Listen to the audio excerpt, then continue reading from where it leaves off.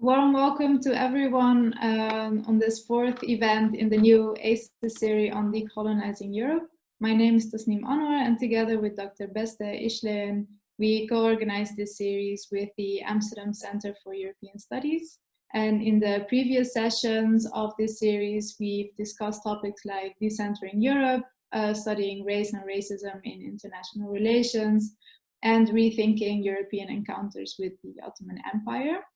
And today we're very happy to hear from a great distinguished colleague and speaker, Dr. Sara Salem.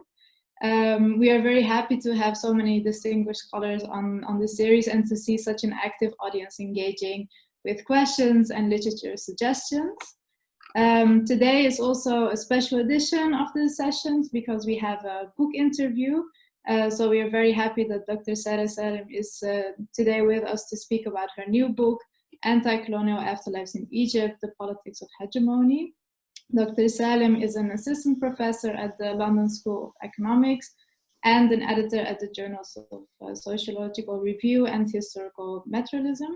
Her work explores the connections between postcolonial theory and Marxism, with special attention to the context of Egypt and the period of decolonization in the mid-20th century. Welcome, Sarah. So great to have you for this book interview on our series on decolonizing Europe. So maybe just as an introductory question, can you say something about how you came to write this book on anti-colonial afterlives in Egypt? Thank you, and thanks for the invitation. It's really nice to be here, and like I was telling you guys earlier, it's actually the first event I'm doing for the book, so it's really special.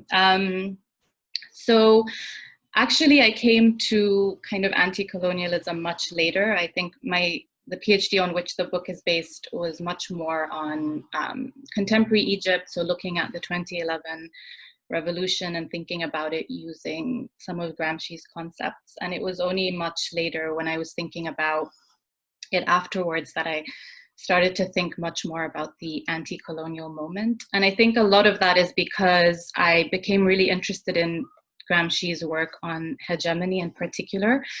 And so hegemony and this concept that kind of gets us to think about politics through this balance between consent and coercion. So why is it that some political projects become very powerful or very successful? And Gramsci kind of wrote a lot about how this has to do with the political work that certain projects put into building up consent. And so it's not that some projects have less coercion, but it's that they have more consent. And I think the more I thought about that concept, the more it made sense to me in terms of thinking about Egypt's project of decolonization. So this was from the 1950s onwards under Gamal Abdel Nasser, and so the Nassers project, basically. And how this project is actually a really unique one, I think, a really singular one in modern Egyptian history, precisely because it does bring together consent and coercion in really interesting and powerful ways. And so the interest in anti-colonialism kind of came from there. And in that process, I also became really interested in this idea of how hegemony as a concept travels. So although I do think Gramsci is a really interesting Marxist for how cautious or how conscious he was about things like nationalism, global capitalism, and other forms of inequality, I still think it's quite important and useful to still critique this idea that concepts can travel seamlessly. So a lot of the project actually ended up being also to think about this concept as a traveling theory and what happens when we use Gramsci's work or Gramsci's thinking in a post-colonial context, such as Egypt. So how it changes, how it might fit in some ways and not in others. And of course, this builds on really amazing work like subaltern studies, the Black radical tradition, a lot of work by Marxists from North Africa and the rest of the region that have already really thought creatively about Marxism as a global canon. So it was that interest in both Gramsci's work as traveling theory, but also Egypt's anti-colonial moment as a really singular and powerful moment that has had these long-lasting legacies into the present. Yes, thank you so much. I will just first, I will follow actually the setup of the book in the questions that I asked, starting with some more theoretical questions and then moving on and zooming into the specific context of Egypt. And as you just mentioned, you actually take Gramsci's concept of hegemony, but place it specifically in Egypt's anti-colonial moments, also using a lot of post-colonial literature. So my question is, how did you came to connect these concepts of Gramsci to the post-colonial literature, for example, Fanon's work as well?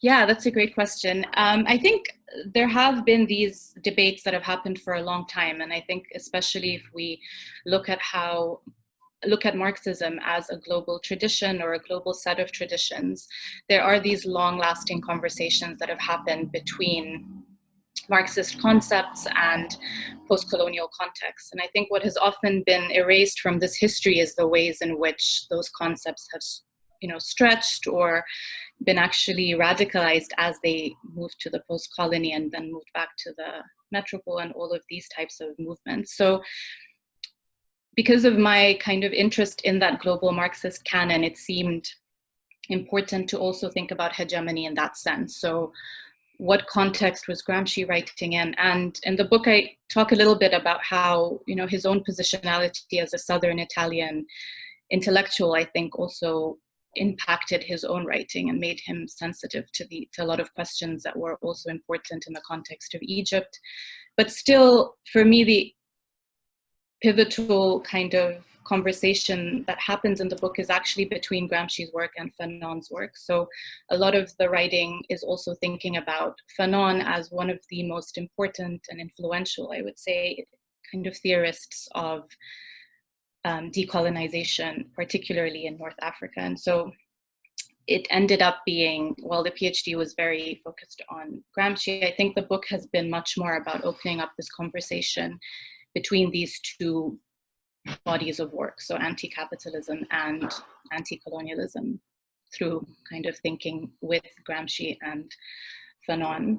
At the same time, I think it was really important to center those conversations that have happened in the region itself. So also to think carefully about how, although today we speak a lot about decolonizing Marxism and, is Marxism Eurocentric, a lot of those conversations have taken place for a very long time now. And there is a very rich archive, I think, of thinking of how Marxism traveled and how this global tradition can tell us a lot about the connections between post-colonialism and Marxist theory. Yes, thank you. And I just want to build up on this notion of traveling and the traveling theory, and to ask you to reflect on how we can use the traveling theory to attune to both elevating theories onto a macro level, as well as attuning to the particularities of the different post-colonial settings that we are studying, and maybe pulling that question a little bit broader, and talk about the potential that it brings for post-colonial studies to use this traveling theory to discuss theories in their particular post-colonial settings. Mm. Yeah, I mean, traveling theory so the concept and the way that I use it comes from Edward Said, who talked quite a lot about, and he has two different texts on traveling theory. And in the first one, he writes about how traveling theory can actually become less critical or less radical when it travels. So, and I think that is something we see quite often. So thinking about kind of concepts like intersectionality or now, decolonization, a lot of times when concepts travel, they can lose that critical edge, especially when they're traveling into the academy.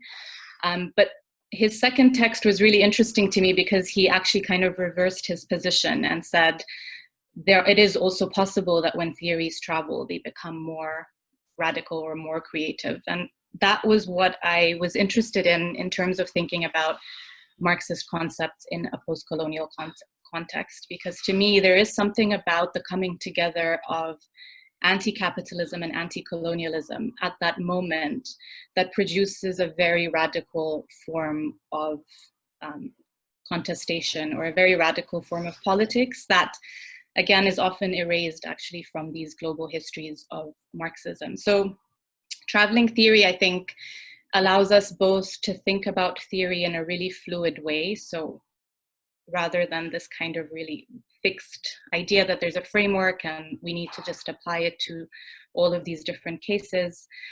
Instead, I think traveling theory is much more about tracking or tracing movement. It's about thinking how ideas and forms of knowledge travel all the time and have always traveled. So it's not something that's new, but also it does open up the question of tensions and problems that happen when theories travel. So rather than seeing it as a really kind of automatically radical process, I think it's more useful to think, well, when a theory travels, it sometimes might not travel well, it sometimes might, you know, there might be bumps in the road, and all of those kind of aspects of traveling theory were really interesting to think about in this context. But I think another thing is, at least the way I was trained, I think we're often trained in academia to think about theory first and then context second. And I think with this book, I really was trying to do justice to the context above the theory. So to think about, well, what are these really momentous and actually contradictory events that happened in Egypt at this moment that often don't fit very neatly into theories or concepts that we have or that we're trained to use. And I think the tendency can often be to say, well, how do we fit this? How do we kind of almost create a narrative that makes sense to us within certain disciplines or within certain bodies of work? Whereas I think traveling theory opens up the space to instead say, what is happening at this moment, and how can we think about it alongside theories and concepts rather than have this application to a case study, or especially to a case study in the global south. So that's kind of why I found it a really invigorating kind of approach to thinking about a context like Egypt and a moment like anti-colonialism, where it is very difficult to have a straightforward kind of analysis. I think it was a moment that was very contradictory, but also a moment that was very kind of riveting and just kind of opened up so many things. Yes, and indeed you very eloquently described so also in the book. Before we zoom into these specific moments, I want to still keep us zoomed out a little bit and ask you to tell a little bit on how in the beginning of the book you also talk about the term the Colonial International, and how you use it in the book, and how the international framework of international capitalism is key also in understanding the post-colonial struggles in Egypt, but I would say in the Middle East in general. Yeah, so the Colonial International is a term that I use from Vivian Jabri's work. But of course, I think it has a really long legacy within post-colonial studies, within different forms of Marxism that try to connect what's happening nationally to this global capitalist system.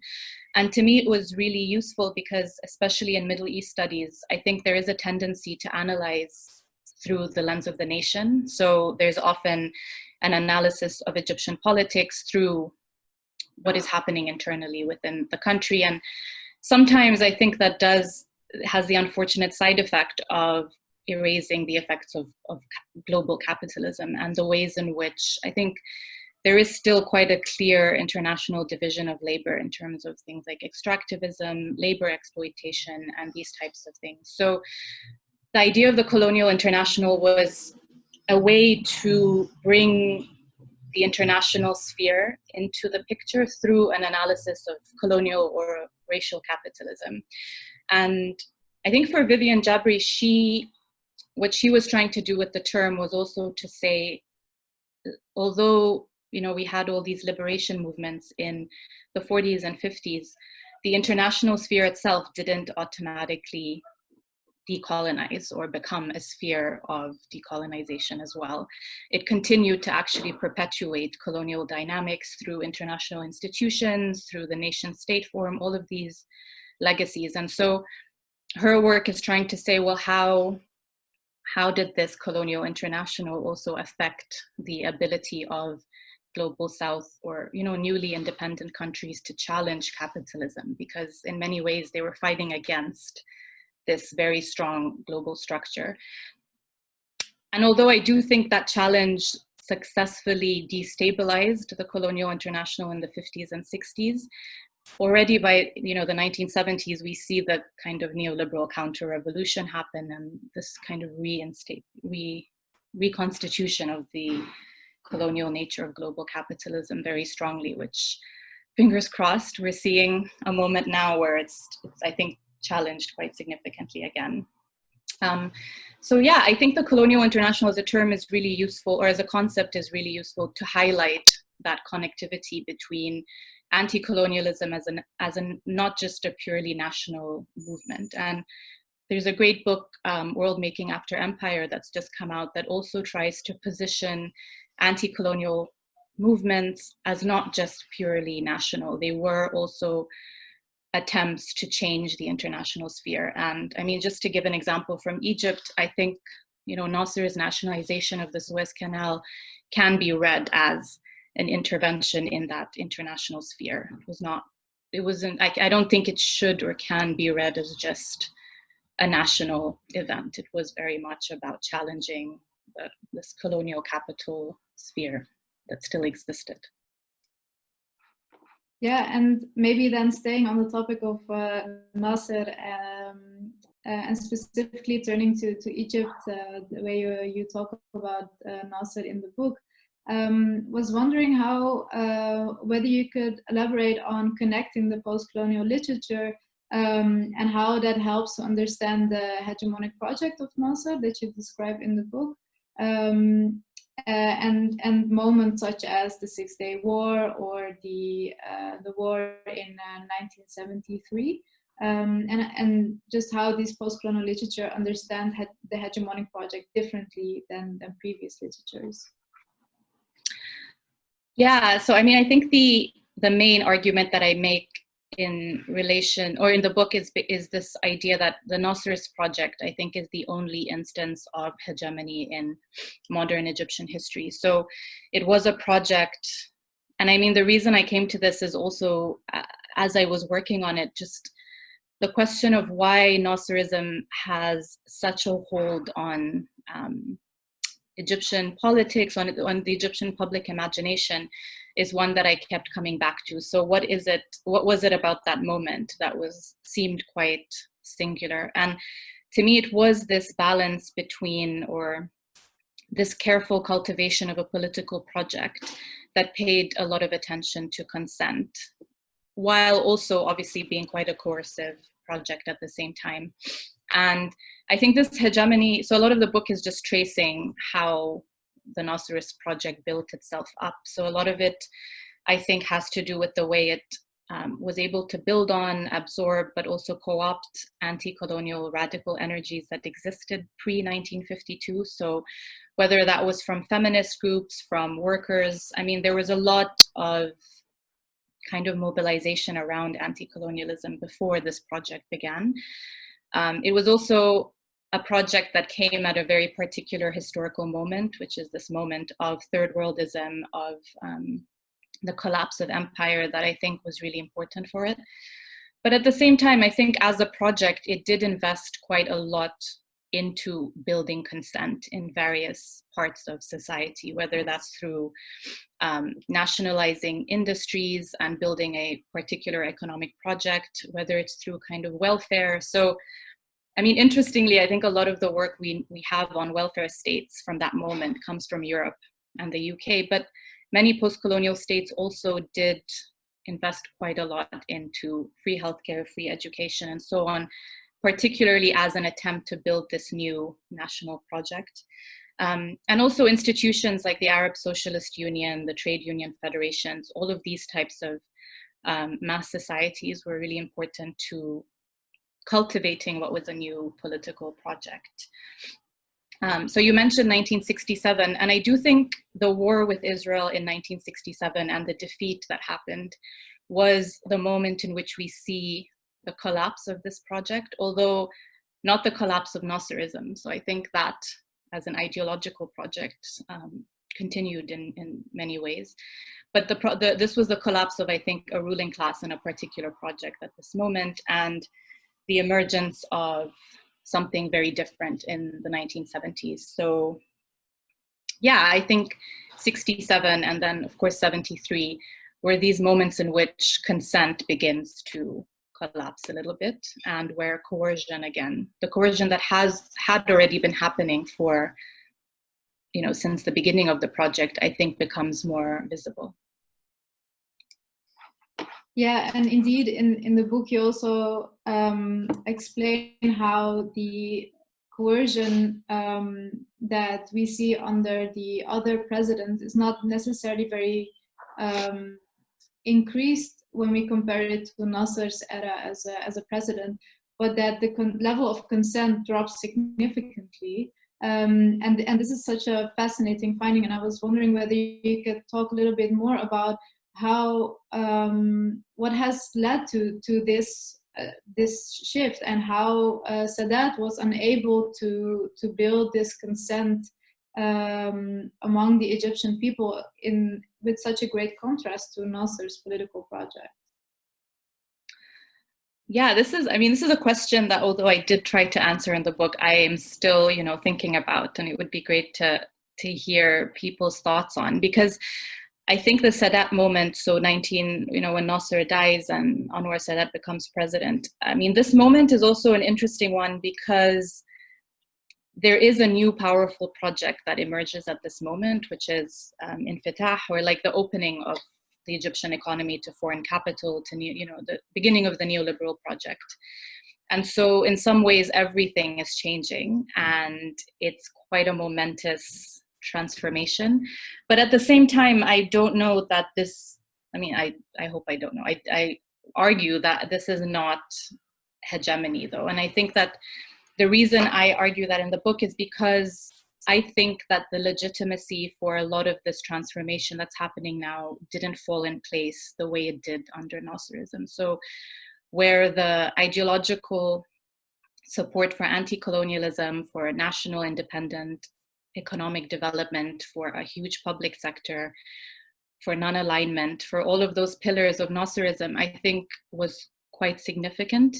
This was not the case, I think, with the neoliberal transformation that happened. And, a lot of the key markers of the Infitah project, like the very unpopular peace treaty with Israel, the move away from non-alignment to US support, the introduction of the cuts to the public sector, all of these kind of big things we remember about the Sadat moment, I think, are also things that did not have that level of popular support that we see under Nasserism. And for that reason, although we see a lot of material changes, I think the ideological terrain wasn't won in the same way that I think it had been under the Nasserist period.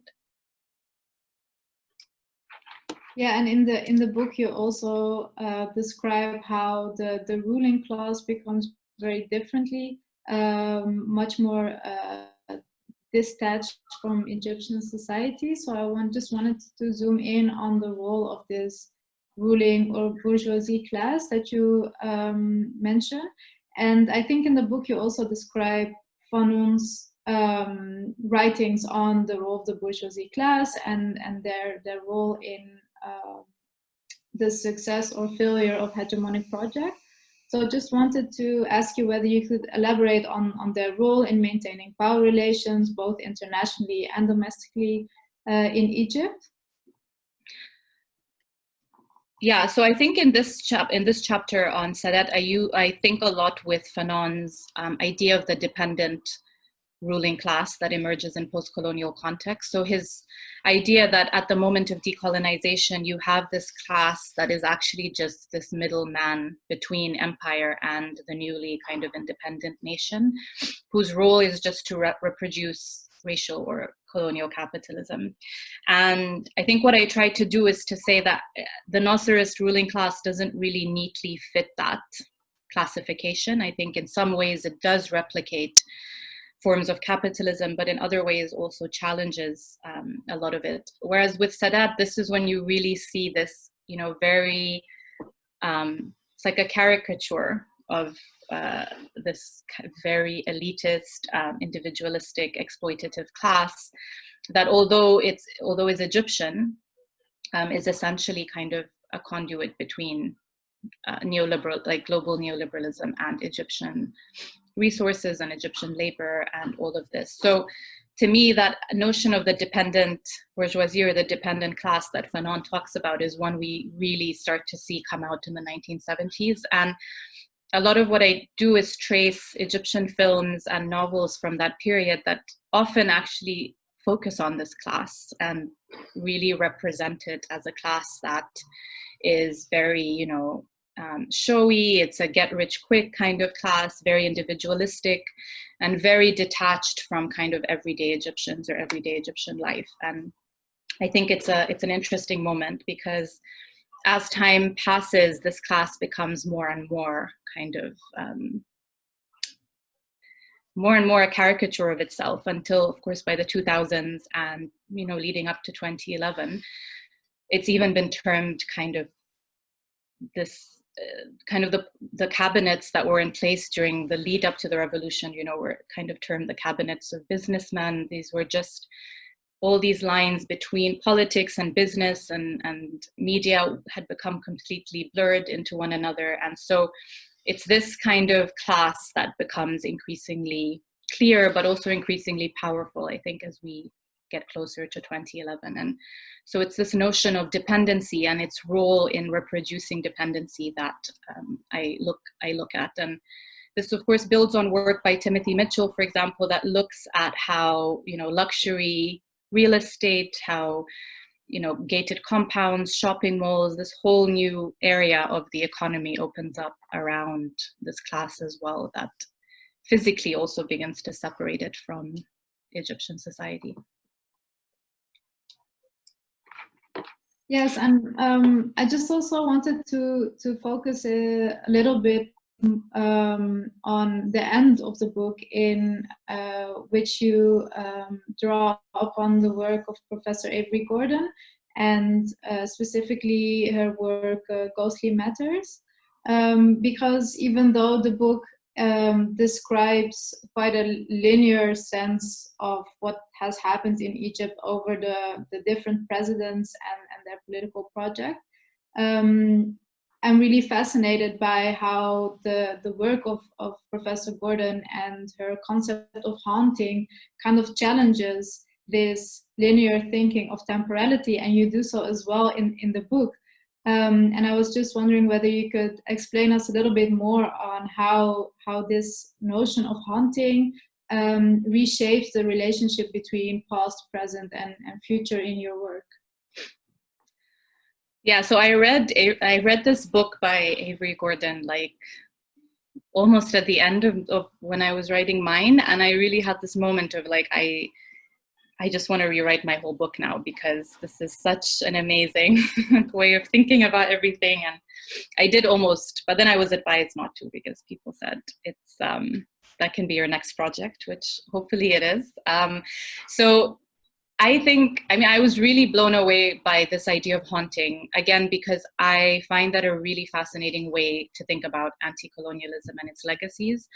I think it's obvious that we are living with these legacies, especially in places like Egypt, in ways that are very difficult to unentangle from each other, but also in ways that we often we're not really conscious of, because of how little we have in terms of archives or memory or kind of even writing about that moment. So haunting, I think, was something that captured that ambiguity and complexity, but also that still made a very strong case for why that moment in history was so consequential for everything that has come after.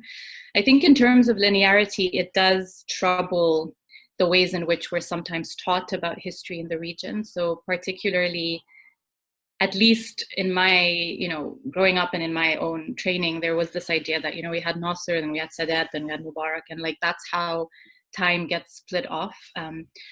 Whereas I think reading work on haunting, it actually really troubles that very neat classification and tries to ask, well, did the Nassers project really end in 67? Are there ways in which it seeped into the next project? Are there ways in which it's still part of Egyptian politics today? And so all of those questions were opened up suddenly, and it became possible to think about history in a very different way. But I think the other thing about haunting is that it also removes the pressure from empirical proof that I think, again, anyone in the social sciences will feel at some point or another. And I think it's less about thinking about history or politics as something that we have evidence for, or that we have all this data that we can use. And it's much more about thinking, actually, what are all the different spheres in which the past enters into the present? And that can be through feelings, it can be through memories. There's so many things that suddenly open up, I think, with this. It's not a methodology, but it does raise really, I think, invigorating questions around how we think about time, but also what we take seriously as kind of, I hate the word, but what we take seriously as data. And I think for something like anti-colonialism, that is really important, that we open that up rather than close it down. Yes, thank you. And I think the book is really a great example of how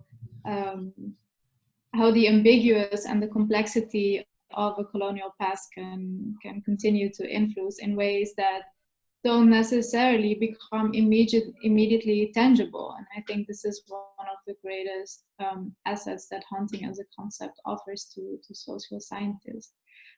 So before we move to the Q&A, I just had a final question on ghosts and haunting, because I do think that you use the concept slightly different than Avery Gordon does in her book. So I just wanted to ask you, how does your analysis of haunting kind of pushes that literature further?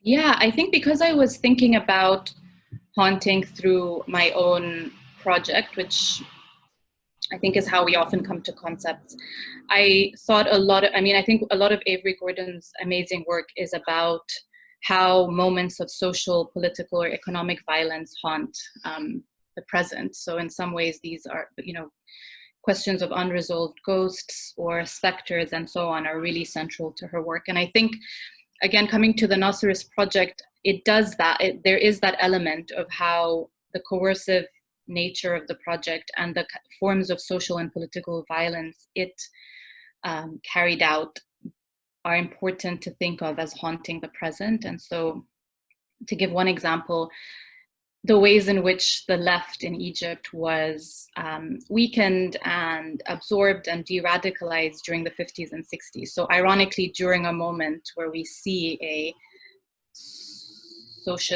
project that called itself socialist, that weakening of the left, I think, had very important repercussions for the inability of, a strong pushback or resistance to the neoliberal moment, for instance, which only comes actually much later.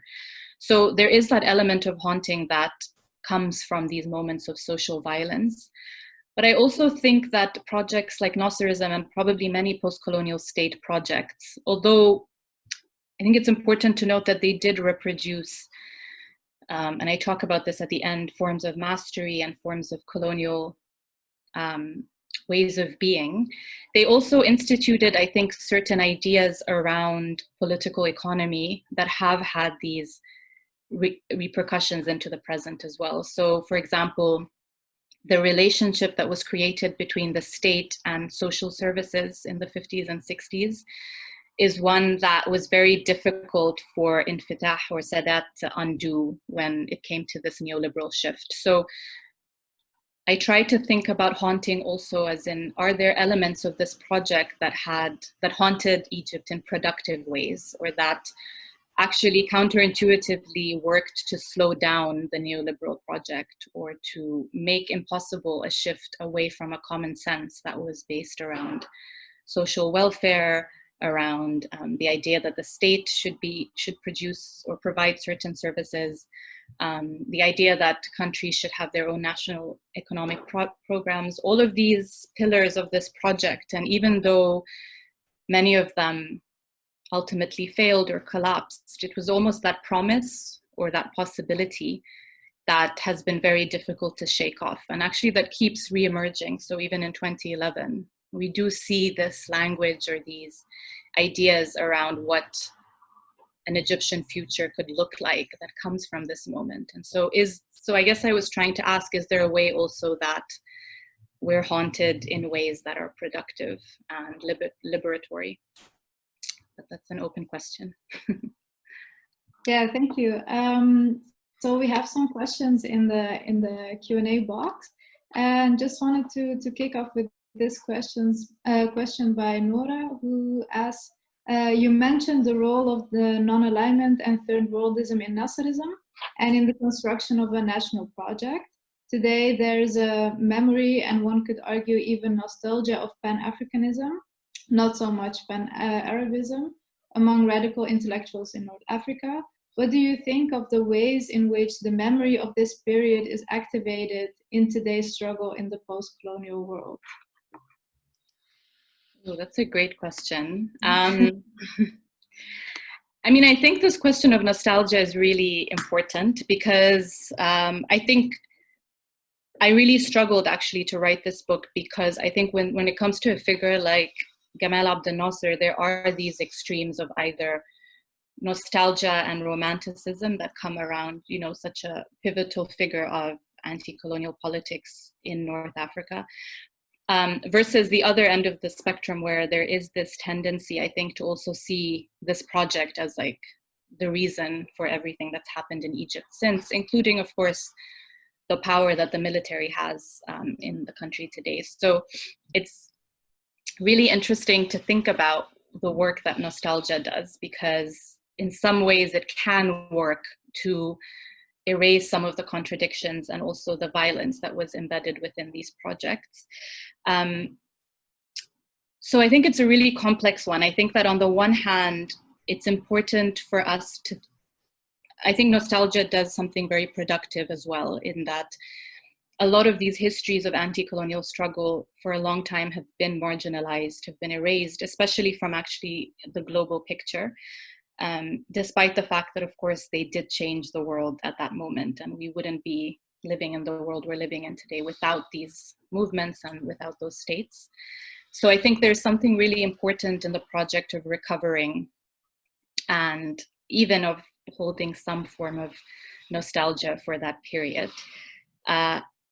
However, I think it's also important to revisit that period from a different vantage point, which is also to think about the complexities and contradictions that existed within those movements. And I think this is often a problem because we remember that moment through the state forms that emerged from it. So whether that's, you know, which is also what this book has done, Nasserism as a political project, rather than actually the movements themselves, the activists, the workers, feminists, all of these other radical energies that were active at that moment. And so I think partly a way to think about how we can center this moment is to center it through alternative archives than the kind of state-based one that we often have, and aside from the colonial archive, which also is one that's often mobilized. So yeah, I think it's a bit of both. I think it is important to think about that moment and recover or remember its radical possibilities, while at the same time also seeing it as a conversation between then and now. I mean, what is it that we know now that we need to not simply inherit, but actually radically rethink and build on. So that's what I would say. And I think it's such an important question because it made me think a lot about, since the 2011 revolution in Egypt, there's been like a series of disappointments when you have these radical thinkers from that Nassers generation who came out and, supported the military in 2013. And this is the limits of sometimes this generational nostalgia that, if it's not rethought from where we are today, can reproduce a form of nostalgia that I think is not so great. Yeah, thank you. Great answer to a great question. I have here a question by Paul Arts, who remarks that so far the word Islam has not been mentioned, which is remarkable in a way. My question is, to what extent Sadat's attempt to show as a good Muslim was a serious attempt to enhance consent, which indeed was much less significant than during most of Nasser's era when compared to coercion? Yeah, I think that, it's interesting because this question about Islam comes up quite a lot from some audiences. And I think it's interesting how, one, to ask what we mean by why hasn't Islam come up in a talk about kind of different political projects. I think there are groups such as the Muslim Brotherhood, for instance, who mobilize forms of Islam in political ways. But I think actually, Gamal Abdel Nasser, Anwar Sadat, and Mubarak all, to some extent, invoked Islam in varying ways, right? And were able to represent themselves as kind of this national kind of subject that was Muslim, right? Although, like you've pointed out, they did that in different ways. And so I don't know that necessarily Sadat was able to do that in a way that Nasser didn't. I think that what happened in the 70s is, of course, the terrain shifted a bit because Sadat made use of political Islam in a particular way in his battle against the leftists, and so mobilized a particular kind of force or political force to continue this kind of battle against what he saw were kind of lingering Nasserist forces. And I think that that's an important part of the story. I also think there are, for example, groups such as the Muslim Brotherhood who at some points were part of this anti-colonial struggle. At other points actually were were benefiting from ruling class politics. So I think it's a really complicated story that we can't necessarily tell through the lens of Islam, but it's more useful to maybe think of how, one, various political leaders in Egypt have maybe represented themselves as Muslim subjects in particular ways, the ways in which populations of Egypt, such as Coptic Christians, have been marginalized in particular ways as part of the national project, the ways in which political groups such as the Muslim Brotherhood or other groups have been part of the political projects in various ways. So I think that's probably a more useful way to think about religion and politics, which I try to do in my book. Yes, maybe I have one great question that would serve perfectly as a final question to the Q&A session by Polly Pallister Wilkins, who asks, we talk a lot these days about decolonizing, but how important is it still to talk about anti-colonialism? Does a discussion about decolonization risk erasing the politics of anti-colonial struggles, their differences, connections, and their roles in making new worlds? Yeah, that's a great question. I mean, I'm trying, because I sometimes go on like a rant about this new term decolonization and how it's being used. So I won't do that now, but you can if you want to. I mean, speaking from the vantage point of view of like UK academia and the way decolonize as a term is being used, I think there is a really interesting split that seems to have happened between, one, actually the movement that started in South Africa quite recently, so the Rhodes Must Fall movement, where even here now it's become identified as an Oxford-based movement that then spread to other universities. So that's already kind of a delinking that's happened that I think in some ways problematically traces the origin of this term to the global north, even if from critical spaces within the global north. But I think the other delinking is exactly what you've said here, which is this delinking between the anti-colonial past and this moment of decolonization and the way that the term is being mobilized now. I think partly this comes from what I sometimes see here, which is, whereas I think in the 50s, 60s, 70s, there were really strong, much stronger connections, it seems, between anti-racist and anti-colonial movements, between global South and global North, whereas today, sometimes in some spaces, but especially academic institutions, you can see this split almost, where decolonize the university or the curriculum becomes about, becomes a very British or English conversation that doesn't necessarily have a global lens as much as it could. And you see this also sometimes in debates around student concerns, where international students sometimes are not necessarily part of this conversation, or where questions around visas or tuition fees and these types of things don't come in as much. So I think it is useful to think about how connecting this move to decolonize everything today to this anti-colonial movement could maybe do some of the work of making it a much more globally conscious movement, I think. And yeah, to think about the connections between actually spaces within somewhere like London and the world around it. So how, I mean, an institution like LSE, for example, is not just a university in London, but is very much tied to global capital, to racial capitalism and all of these structures, and how, you know, decolonizing LSE, for instance, is something that's much bigger than just LSE itself. So I think partly that could be maybe one way to go about that, is to center some of these radical histories and also to learn from them. I think often what happens when you look back at this moment is that a lot of the debates we have today are actually debates that have been happening for a long time. And maybe some of what we could do today is to continue those conversations rather than start them all over again. And so I think partly that's about connecting these moments and connecting these histories. And on a side note, maybe also using diversity when people mean diversity, and not decolonization, but that's a separate thing. Yeah, thank you. I think we could continue this conversation for a long time, but I just really wanted to thank you also for sharing that, because we will definitely take it with us as we will discuss decolonizing the curriculum next week. And I could not agree more with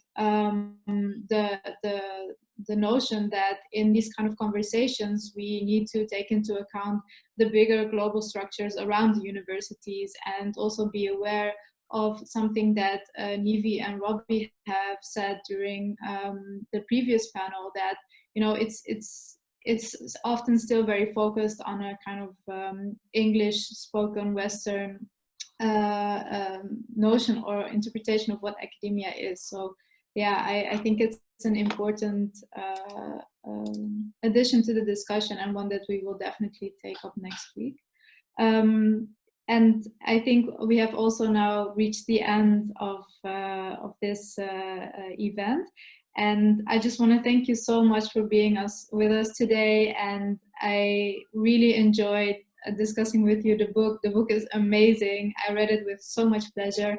And like I said before, personally for me as a half Egyptian, a lot of things started to make sense looking back at past events and that happened since 2011 and even before. So thank you so much for sharing your insights with us today. And I hope you enjoyed the conversation. Thank you to the audience for sending your great questions and being engaged as always. If you're interested in our next topic on decolonizing the curriculum, stay tuned next week on Wednesday. for our final panel before the summer break. Thank you. Thank you, and thanks for such a great interview. The questions were amazing, and I really enjoyed them.